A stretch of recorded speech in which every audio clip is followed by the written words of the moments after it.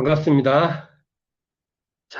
저희 지금 소태산의 그 발심 구도가 교법에 어떤 관계가 있냐를 계속 지금 하고 있는데 특히 지금 시간에는 지금 쭉 해온 시간에는 사은이 과연 어떻게 태동했냐, 소태산의 발심 구도와 어떤 연관성이 있냐,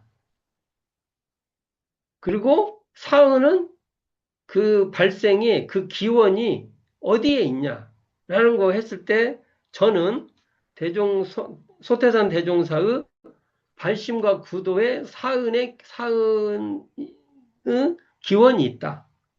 이걸 밝혀보고 있어서 지난 시간까지 천지은, 부모운, 동포운, 법률운이 소태산의 발심 구도하고 어떤 연동이 있는지를 제 나름대로는 하여간 설명해 보려고 했어요. 책에 더 자세히 있지만 말로는 뭐 이리저리 해본 거죠. 이걸 오늘은 좀 종합을 좀 해볼까 합니다. 특히 대종사님 말씀이에요. 대종사님이 대강을 하시고 이렇게 말씀을 하십니다. 이게 원불교 교사에 등장하죠. 원불교 교사도 잘 봐야 됩니다. 이게 교단의 공식 입장이에요. 이게 그러니까 그 교리와 교사를 병행해서 볼 필요가 있어요. 이렇게 돼 있어요. 대종사 대각을 이루신 후, 이제 대각을 이루셨어요. 마음에 홀로 기쁘고 자신이 충만하여 이것을 심독히 자부하여, 제가 앞에는 제가 풀어본 거예요. 심독히 자부라는 이 말이 어디 나오냐면, 수은의 용담누사라는 그 가사집의 용담가에 등장하는 말입니다. 그러면 이 말을 봐도 대종사님이 대각 전후의 과정에서 용담누사를 접하고 있다든지 또는 주변의 대중들이 마치 유행가 가사를 부르듯이 입에서 입으로 많이 전달하고 사용됐던 말이 이 언어라는 걸 알 수가 있죠. 자, 이렇게 심독히 자부하여 그 경로, 대각이 어떻게 됐는지 그 경로 있죠. 당신이 어떤 과정을 통해서 대각을 이루었는지 그 경로를 생각하되 순수하기가 어렵다 하시고, 이게 대종사님도 대각을 했는데 이것이 어떤 그 메커니즘, 어떤 과정을 통해서 대각을 했는지를 이렇게 딱 부러지게 말하기 어렵다는 거죠. 그러니까 이것도 하시고 저것도 하시고 이리저리 해서 그것이 이리저리 관계 속에서 대각이 이루어졌다. 이렇게 보는 거죠. 이 내용을 보면. 그런데 그나마 그것을 나름대로 정리를 해보면, 자, 이게 중요해요. 강연히 말하자면 강연이라는 것이 강령적으로 우리가 뭘 하면은 강령을 이렇게 대체 또는 핵심, 뭔가 구조적으로 뭐 이렇게 이걸 정리를 해보면 자력으로 구하는 중 사은의 도움이라 하셨다. 이렇게 나와요. 여기서 중요한 것이 자력으로 구하는 중 사은의 도움이다. 이 말이에요. 이게 당신이 대각을 했는데 자력은 뭐예요? 대종사님이 발심, 구도, 또 내용 보면 입정, 뭐 이런 모든 과정이죠. 대종사님이 이리저리 노력을 하신. 그러니까 대종사님이 노력하신 것이 자력이에요. 스스로 힘으로. 그 말이잖아요. 그런데 이게 그런 와중에 사은의 도움을 받았다. 이 말이지 않습니까? 그러면 제가, 여기서 이 말을 좀 더 풀어보면 이렇게 돼요. 대종사님이 대각을 하시고, 대각을 하시고라고 하지만 이 말은 대종사님의 대각의 전 과정에 사은의 고민이 있었다. 이렇게 봐야죠. 그러니까 대종사님의 구도의 그 베이스에 사은에 대한 그 문제의식을 갖고 계셨다는 거예요. 이렇지 않으면 이 말이 성립이 안 돼요. 이 말도 마치 대종사님이 나중에 이렇게 설명을 했어요, 지금까지. 자, 제가 이걸 지금까지 설명 방법을 한번 설명해 볼게요. 대종사님은 구도 과정에 대각을 딱 하시고, 대각 과정과는 차원이 다르고 관계가 별로 없는 이제 새롭게 완전히 대종사님 구도 과정과는 차원이 다른 새로운 길을 열으셔갖고, 그때 사은을 밝혔다. 그래서 나중에 보니까 대종사님도 구도 과정에 사은의 도움을 받게 되는 격이다, 꼴이다.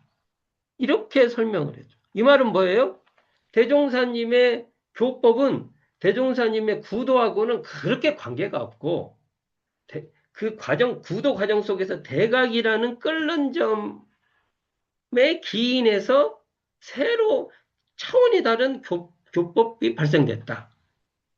이게 대종사님 경험하고는 그렇게 다 이제 직접적이지 않은 것이죠. 이렇게 설명을 하게 되죠. 왜냐하면 대각이라는 건 차원이 다른 측면으로 보니까. 근데 저는 대각에도 발심 구도의 그 과정이 거기에 그 고민이 그 씨앗이 뭔가 그 고민했던 그 내용이 그 안에 대각이란 안목으로 정립된 거다. 차원이 깊어진 정립이 있다. 이렇게 보는 거예요. 제 입장이. 그때 앞에 과정을 한번 정리를 해봅시다. 처음에 천지은이를 말할 때는 항상 대종사님이 삼령기원상에서 산신령이라는 고민을 하실 때 저는 이게 결국은 대종사님이 대각의 안목으로 보셨을 때 이게 바로 천지의 도다. 근데 사실은 대종사님의 발심 구도 전 과정에서 천지의 도에 대한 고민이 없었다고 보면 이상한 거예요. 왜 대종사님이 구도를 하셨다 하면은 그게 천지의 도에 대한 그 고민, 그 뭐죠?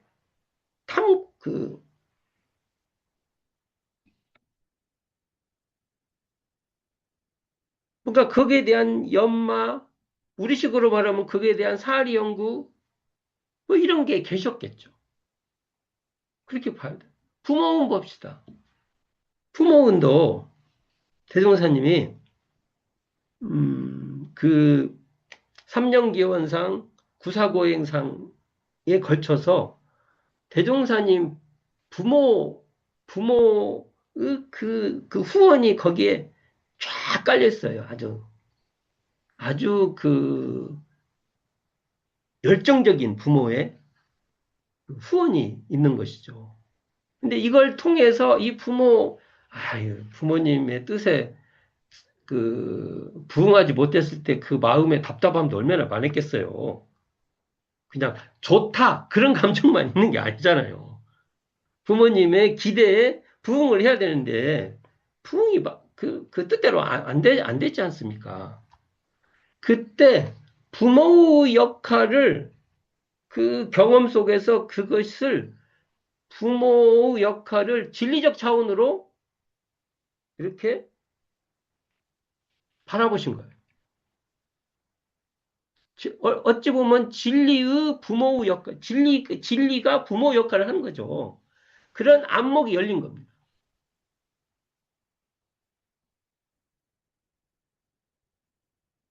또 도사 찾아다녔잖아요. 도사 이인 뭐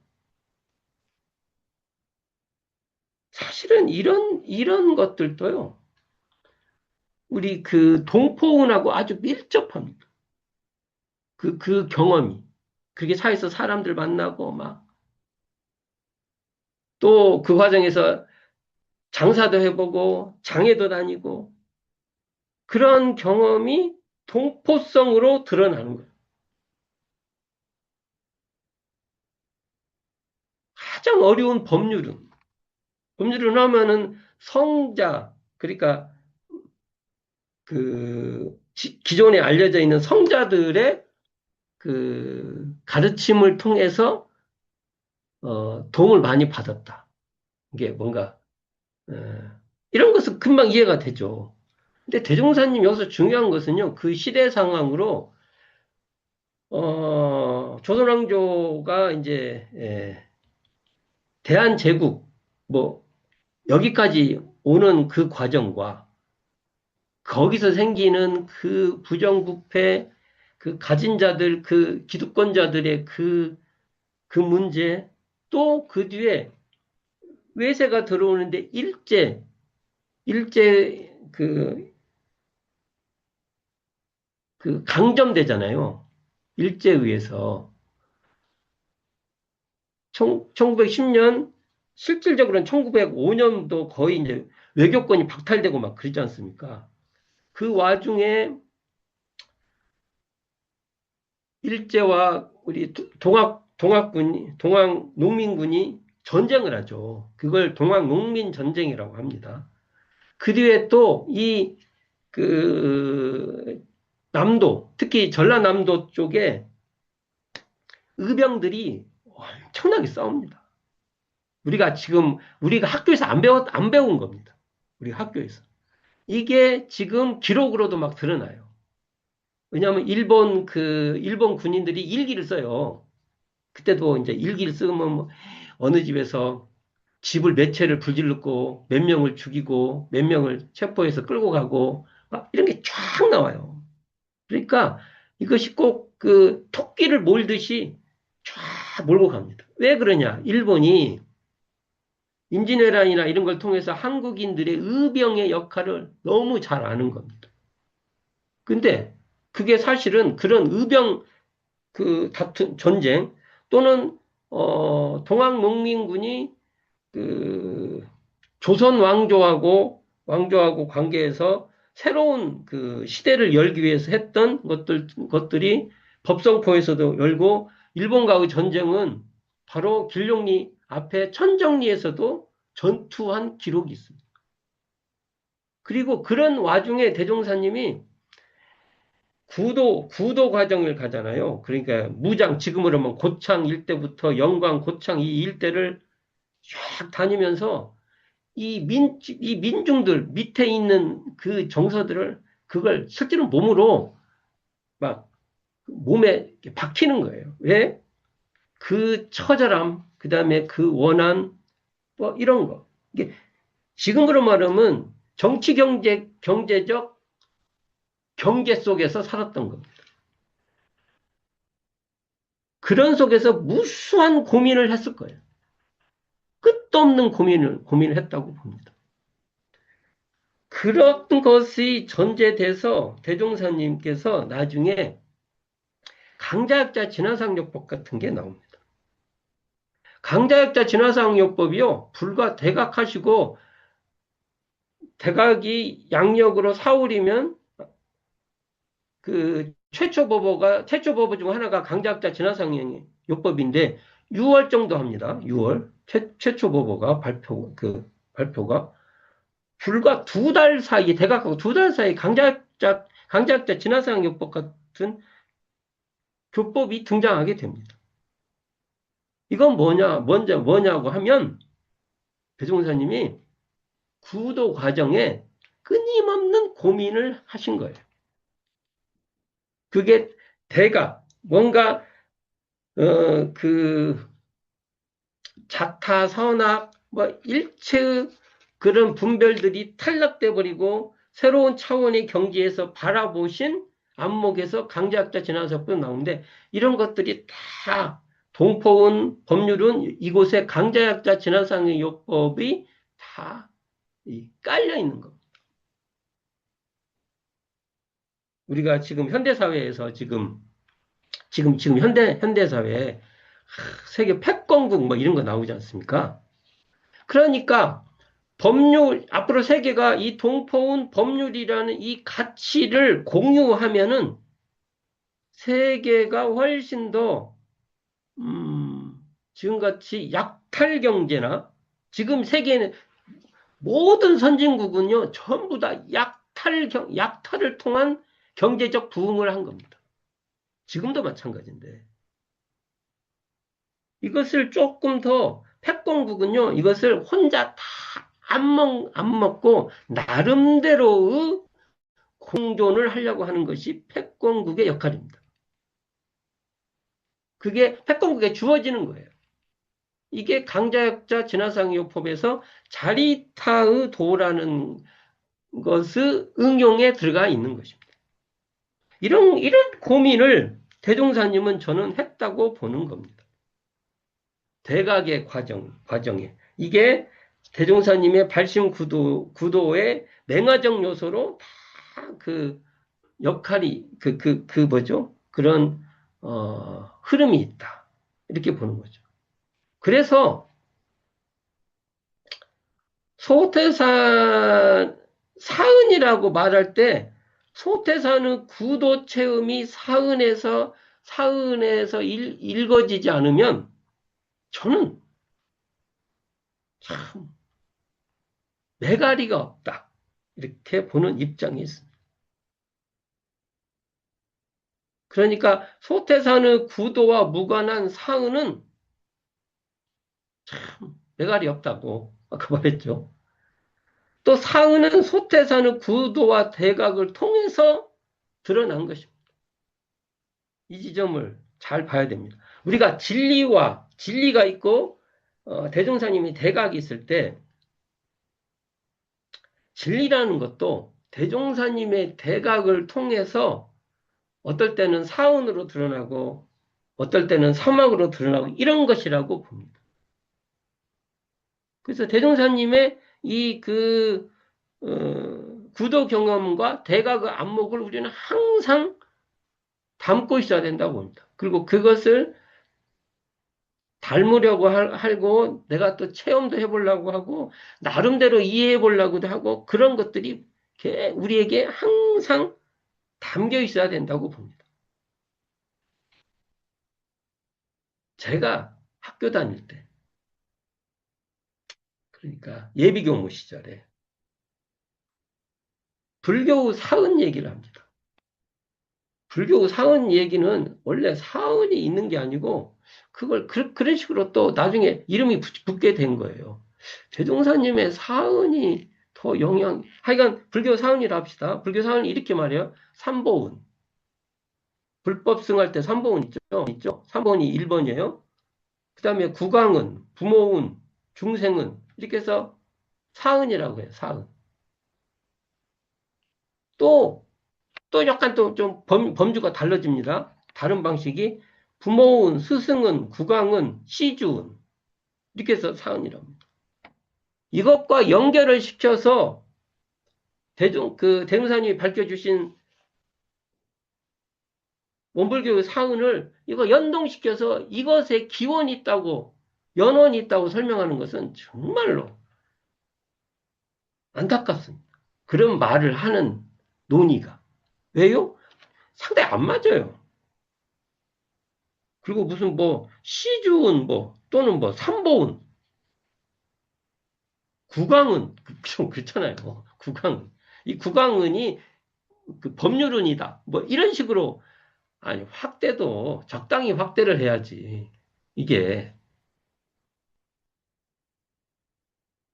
저 이제는 이런 얘기가 나오면,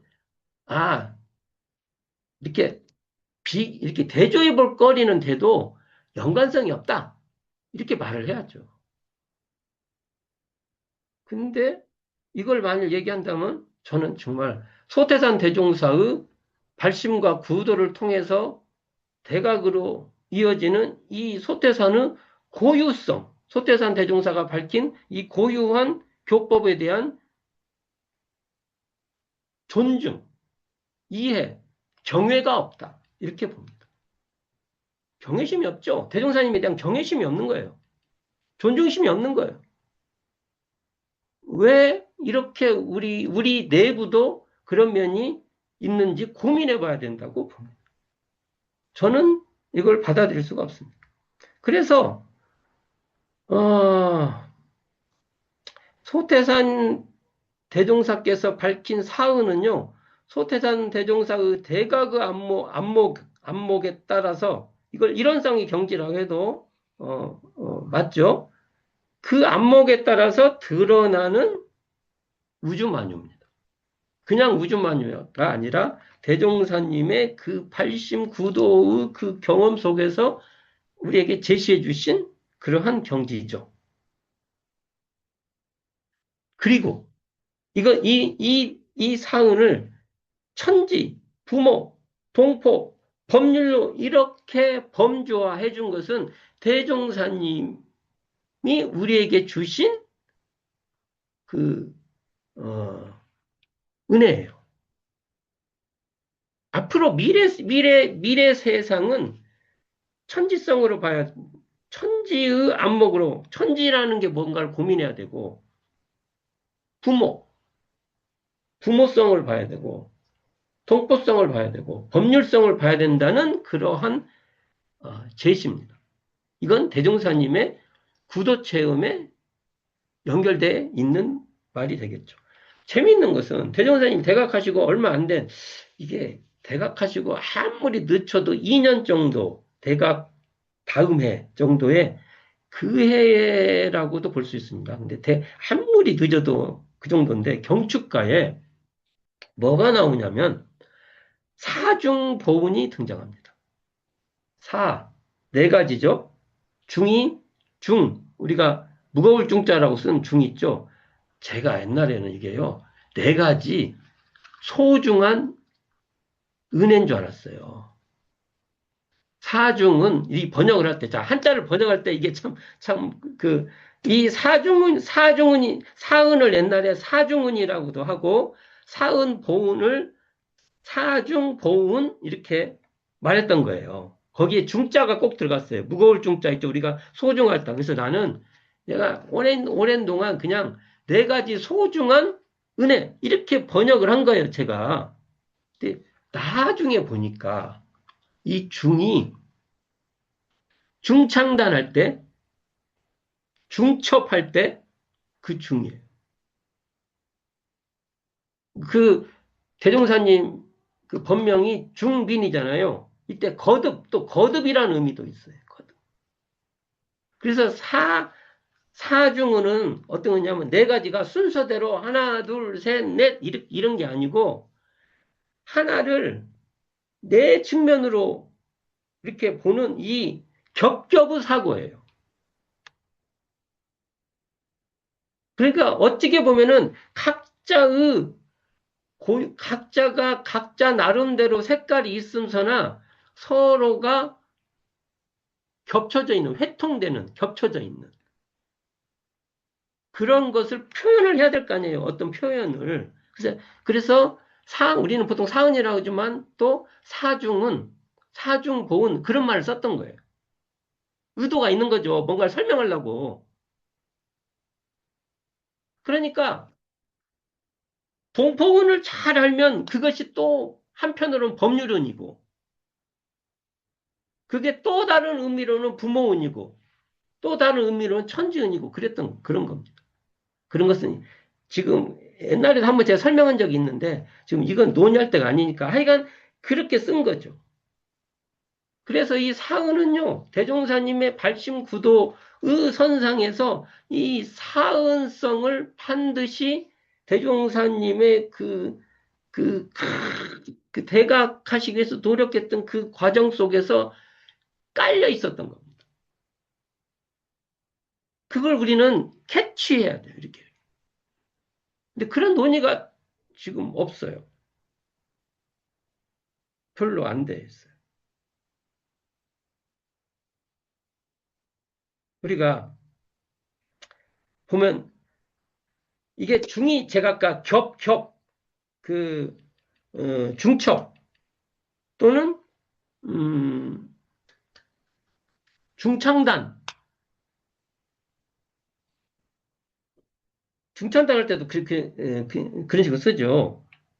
그러니까 이게 서로가 서로를 품고 있는 관계이면서 하나로 어우러진 넷이고,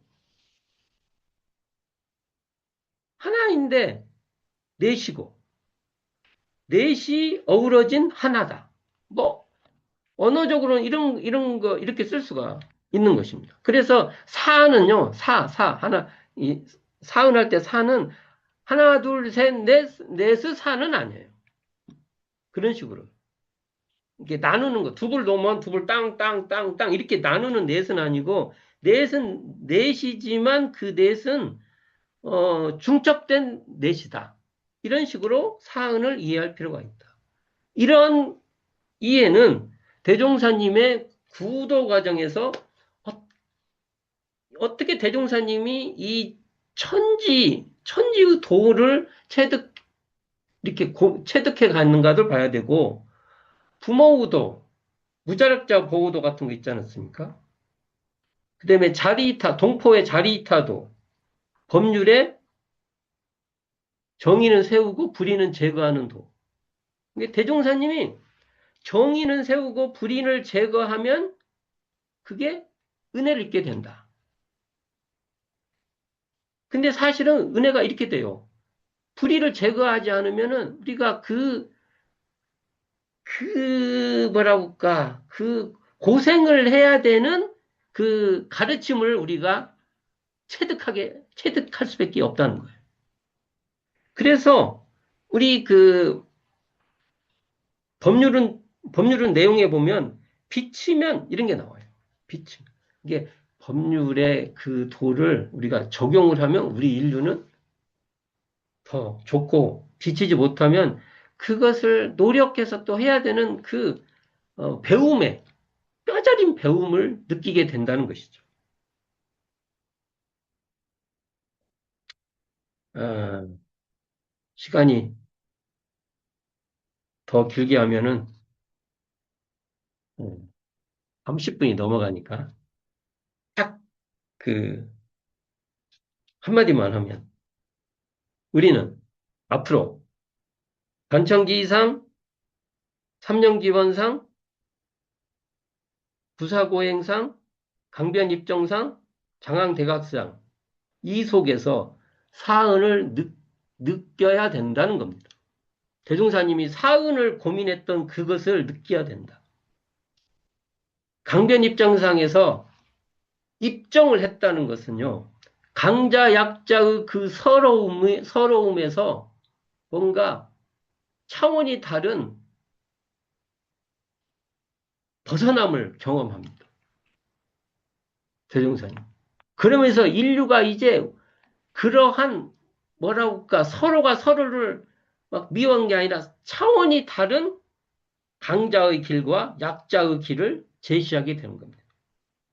그러니까 입정의 그 경지 속에서 강자 약자의 구속된 것에서 벗어나고 강자 약자가 새로운 길을 가야 되는 인류사적 길을 제시하게 되는 겁니다.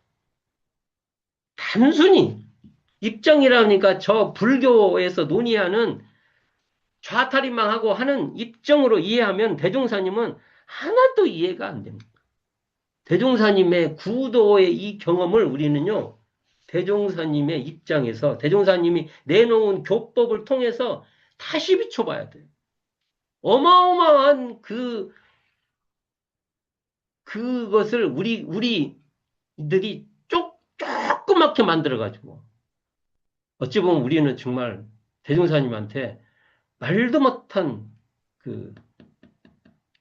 뭐라고 해야 돼요? 불효자라고 정도 합시다. 불효자보다는 지금 못난 제자들일 수도 있다는 것. 그래서 꼭 대종사님 발심 구도에서 사은의 이 가치를 느낄 수 있는 저희들이 되기를 제가 강조해 봅니다. 감사합니다.